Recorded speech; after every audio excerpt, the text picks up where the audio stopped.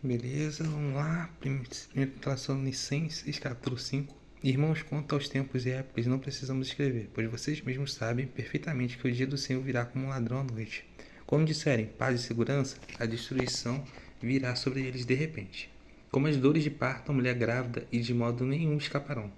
Mas vocês, irmãos, não estão nas trevas, para que esse dia surpreenda, como um ladrão. Vocês são todos os filhos da luz, filhos do dia.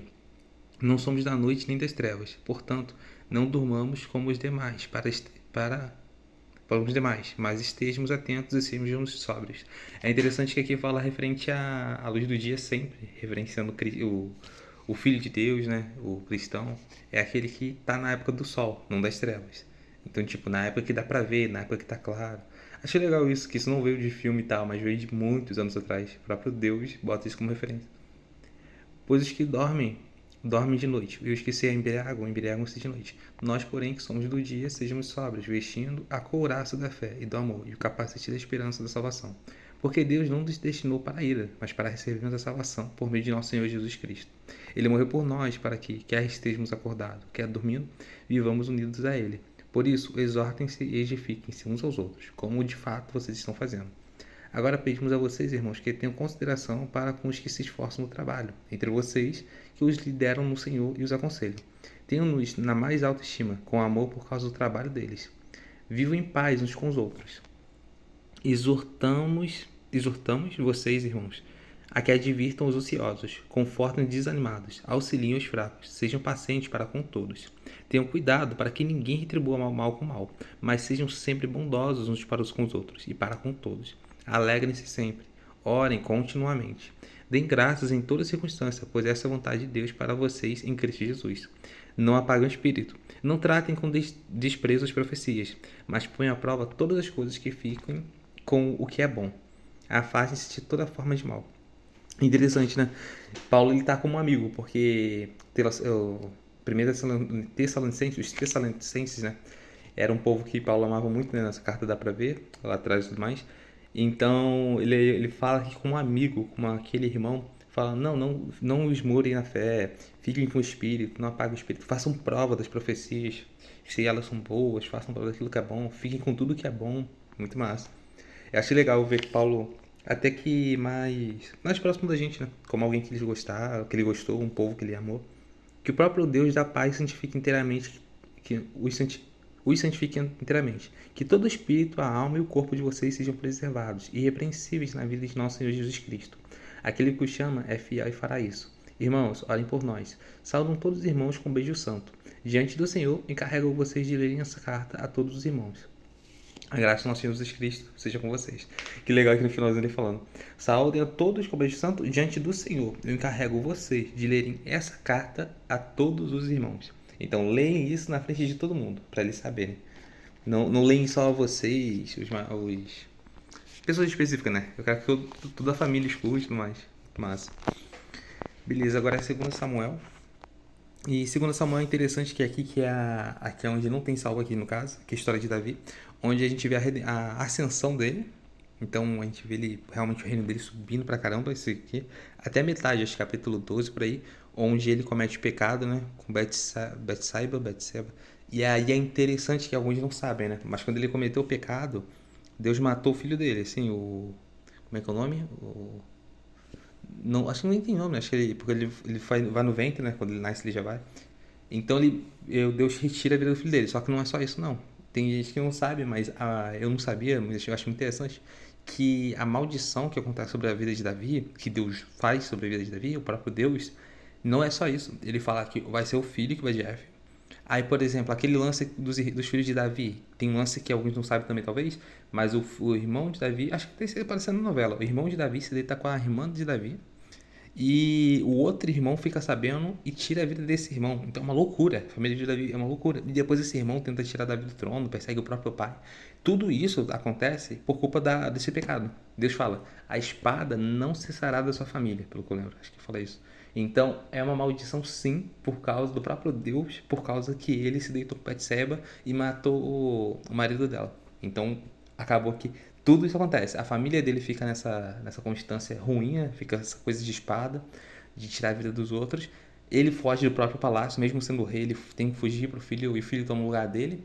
E depois disso, o reino dele não é o mesmo, né? O reino dele vai indo. E outra coisa é que a própria Betsaiba, Deus fala assim, que ele vai pegar a mulher dele e vai fazê-la deitar com outros, na frente de todo Israel. É um bagulho na frente de todo Israel, com todos vendo. Ele fala assim, Davi, você fez isso às ocultas. Eu vou fazer isso perante todo Israel. Caraca! É tipo assim, você pecou, ninguém viu você tirando a vida do homem, ninguém viu você planejando tudo, ninguém viu você deitando com ela, mas eu não. Eu vou te humilhar, a sua própria esposa vai deitar com outro na frente de todo Israel. E isso provavelmente acontece quando ele foge do palácio, bem provável. Aí acaba que é o que eu acredito. Mas o Davi não tem raiva da esposa não, né? Nem nada disso. Acho que ele até tem noção, né? Que é isso, porque quando ele volta pro reino ele fica com ela de novo, tudo mais. Mas aí, mano, mesmo assim não é legal, né? Tipo assim, tudo que acontece, meu Deus, é horrível, horrível. E é interessante porque mostra como o pecado tem consequência. Então, quando você lê a Bíblia, entende que isso aconteceu com Davi, entende que Davi e Saul, no primeiro Samuel tem Saul, aqui segundo é o Davi, quando você entende que eles são conselhos e referências para não seguir algumas vezes e outras para seguir, porque Davi a gente tem que seguir muita coisa, né? Em paciência, em como ele recebeu, em ascensão, e não seguir nesse sentido de ele ficou, em tempo de guerra ele ficou no palácio. Então ele cometeu o pecado, e o pecado tem uma consequência a vida toda dele. Então a gente tem que saber que esses pecados que a gente começa durante a nossa vida, e até hereditários como nossos pais, isso é real mesmo. Se você for cristão, você tem que entender que muita coisa que pessoas sofrem, aos nossos olhos pode até não parecer justo, mas isso realmente é assim, isso está na Bíblia. Então tem coisa que seu pai, sua mãe pode ter feito e que vai cair sobre consequência em você. Por isso que é uma parada muito forte, é uma parada. Segunda Samuel primeira é um dos livros, são livros realmente muito bons por isso, porque são históricos, né? Conta a história assim de todo Israel ali. Eles falam referente a muito ensino, até para si próprio, na tolice de Saul, como Deus entregou ele à própria loucura e com o pecado de Davi, Deus amaldiçoou ele por isso. Então a gente sabe que se a gente também é cristão nesse sentido, nem é o povo escolhido, vai ter coisas também que pode acontecer. Seja com a gente se deitando com alguém como Davi, tirando a vida de alguém como Davi, ou até coisas mais simples. Pecados que a gente acha que não é tanto, mas também tem maldição. Afinal, todo pecado, a própria Bíblia fala, é porta da morte. Então, interessante. Livros muito bons. Depois da morte de Saul, Davi retornou à sua vitória sobre os amalequitas. Fazia 2 dias que ele estava em Ziclag. Quando o terceiro Ziclag, de novo mencionada, que foi pega pelo próprio Davi, né? Para eles, que até o dia de hoje disse, pelo menos aqui diz que tem na Bíblia. Pelo menos aqui, pelo menos na Bíblia diz que eu acho que até os dias de hoje acho que é deles. Eu acho, né? Não tenho certeza agora. Mas eu acho que até os dias de hoje fala assim que é dos hebreus. Quando no terceiro dia chegou um homem que vinha do acampamento de Saul, com as roupas rasgadas e terra na cabeça. Ao aproximar-se de Davi, prostrou-se com o rosto em terra em sinal de respeito. Davi então lhe perguntou, de onde você vem? E ele respondeu, fugi do acampamento israelita. Disse Davi, conte-me o que aconteceu. E o homem contou.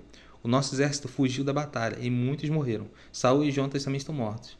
Então Davi perguntou ao jovem que lhe trouxe as notícias. Como você sabe que Saul e Jonatas estão mortos? O jovem respondeu, cheguei por acaso ao monte Gilboa, e lá estava Saul apoiado em sua lança. Os carros de guerra e os oficiais da cavalaria estavam a ponto de alcançá-lo. Quando ele se virou e me viu, chamou-me gritando, e eu disse, aqui estou. E ele me perguntou, quem é você? Sou a Malequita, respondi. Então ele me ordenou, vem aqui e mate, estou na angústia da morte. Por isso aproximei-me dele e o matei, pois sabia que ele não sobreviveria ao ferimento. Peguei a coroa e o bracelete dele, e o trouxe para ti, meu senhor. Então Davi rasgou suas vestes e os homens que estavam com ele fizeram o mesmo, e se lamentaram chorando e jejuando até o fim da tarde por Saul e por seu filho Jonatas, pelo exército de Senhor e pelo povo de Israel, porque muitos haviam sido mortos à espada. E Davi perguntou ao jovem que lhe trouxera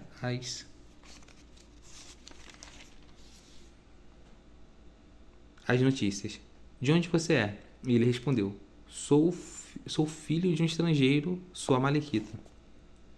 Davi lhe perguntou, como você não temeu levantar a mão para matar o ungido do Senhor? Então Davi chamou um dos seus soldados, ele disse, vem aqui e mate-o. O servo o feriu, e o homem morreu. Davi tinha dito ao jovem, você é responsável pela sua própria morte. Sua boca testemunhou contra você, quando disse, matei o ungido do Senhor. Isso aqui é muito legal também, que Davi ele sempre teve essa coisa de honrar quem é ungido de Deus, né? De não nem tocar. Mas eu, caraca, mano, eu vou pensando, tipo assim, que Saul realmente ele já ia Jeff, ele já ia... Não sei, né? Mas Eu tenho que sempre honrar realmente o dia do Senhor. E hoje em dia é o que a gente menos faz, porque hoje em dia tá tenso. Tá tenso porque é ungido de Deus, cometendo pecados absurdos, né? Aí com isso dá mau exemplo, aí a gente ainda tem que honrar ele, igual Davi. Então a gente tem que honrar essa pessoa que cometeu esses pecados. Honrar não no sentido de passar pano, né? Honrar de. Igual o Saul, você tem que tirar o cara do reino, você tem que fazer não sei o quê. Mas também você tem que lembrar que ele é ungido de Deus. E aí o pessoal não honra ele. É capaz de perdoar outra pessoa que cometeu o mesmo pecado, seja mentira o que for, mas esse ungido de Deus, seja pastor ou outra pessoa, e a pessoa não honra. Então isso acaba tirando bênção sobre a nossa vida. Porque o próprio Saul, ele era uma pessoa horrível, né? Louca, ficou louca com o tempo, por causa de Deus deixou ele na loucura. E Davi sempre honrava ele do mesmo jeito, sempre honrava ele, sempre honrava ele. Então, e Davi foi muito abençoado por isso. E é uma parada que eu percebo muito. Então, quer ser abençoado? Honre um ungido de Deus. Honre seu pastor, honre aquele, sei lá, seu vizinho que é cristão. Honre que é um ungido de Deus, que Deus recompensa. São duas coisas, que é honrar o ungido de Deus e oferta e dízimo. Que no caso é mais dízimo, né? Que é duas coisas. Dízimo e honrar o ungido de Deus. Oferta acho que também, mas oferta fala até para dar sem esperar nada em troca. O dízimo, dizem que quando você separa sempre esses 10%, falando, não, Deus me deu esse dinheiro todo, eu vou só devolver 10%, como ele falou, falam também que espiritualmente é muito forte, a sua vida é muito abençoada. Davi cantou este lamento sobre Saul e seu filho, seu filho Jontas, e ordenou que se ensinasse aos homens de Judá, meu Deus, e ordenou que se ensinasse aos homens de Judá, é o lamento do arco, que foi registrado no livro de Jazar. O seu esplendor, ó Israel, está morto sobre os seus montes. Como caíram os guerreiros, não conte isso em Gate. Não o proclame nas ruas de Ascalon, para que não se alegrem as filhas dos filisteus, nem exultem as filhas dos incircuncisos. Ó colinas de Gibeá, nunca mais haja orvalho nem chuva sobre vocês, nem campos que produzam trigo para as ofertas, porque ali foi profanado o escudo dos guerreiros, o escudo de Saul, que nunca mais será polido com óleo. Do sangue dos mortos, da carne dos guerreiros, o arco de Jontas nunca recuou. A espada de Saul sempre cumpriu a sua tarefa. Saul e Jontas, muito amados, nem na vida nem na morte foram separados. Eram mais ágeis que as águias, mais fortes que os leões. Chorem por Saul, ó filhas de Israel. Ó filhas de Israel. Chorem aquele que as vestia, de rubros ornamentos e que suas roupas enfeitavam, com adornos de ouro. Como caíram os guerreiros no meio da batalha. Jontas está morto, sobre os montes de Israel. Como estou triste por você, Jontas, meu irmão. Como eu lhe queria bem. Sua amizade era para mim mais preciosa que o amor das mulheres. Caíram os guerreiros, as armas de guerra foram destruídas. E legal, ele citou Jontas aqui. Então, Jontas foi de F. Eu nem lembrava, eu li isso, foi no primeiro Samuel, eu nem lembrava. Mas, não, quer dizer, eu lembrava que ele foi de F, mas foi na guerra, foi junto. Aqui não fala, né? Eu acho que quem tira a vida dele é Saul, né? Aqui, Davi na música cantou que eles foram juntos. Sua amizade era para mim mais preciosa que o amor de muitas mulheres. Isso aqui é interessante, que o pessoal do mundo até distorce isso, né? Mas interessante porque Davi considerava Jontas como um irmão mesmo. E aí isso fica até meio que observável mesmo, porque, por exemplo, quando Jontas fala para ele confiar nele, que ele ia ver se Saul queria tirar a vida dele, pô, é muita confiança, porque Davi fica escondido em uma área onde só Jontas sabia. Se o Jontas decidisse trair ele, não, ó, Davi tá lá, dá pra tirar a vida dele. Ele poderia. Então Davi confiava muito nele. E aí os dois se separam, sabe? Depois tem que fazer tudo aquilo. Então é bem legal isso, como uma amizade, a própria Bíblia fala uma amizade, na dificuldade um amigo vira irmão, é isso. E na dificuldade sempre tem isso, alguma coisa de laço que se fortalece, e na amizade, na dificuldade um amigo vira irmão. E aí Davi, quando passou por essa dificuldade, ganhou a amizade de Jontas, virou pra ele coisa mais preciosa. Muito legal, muito da hora.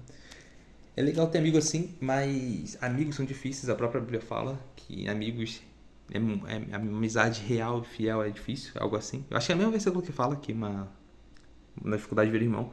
Então, a melhor coisa é seja amigo de Deus, mano. Seja amigo de Jesus. Tire sua carência em Cristo. Se precisasse ser casa, essa parada toda aí, que é clichê da vida, né? Casar, amizade, essa parada toda, clichê. Mas, se precisar, faz isso, precisa. Então, porque somos humanos, precisamos, né, de relacionamento. Mas se for possível, mano, faz igual Paulo, fica com Cristo ali, que meu amigo é bom demais. E aí você se casa, claro, tudo. mas sempre se supre seu sentimento em Cristo. E é até bom, né? Você suprir tudo em Cristo, porque aí você consegue ajudar.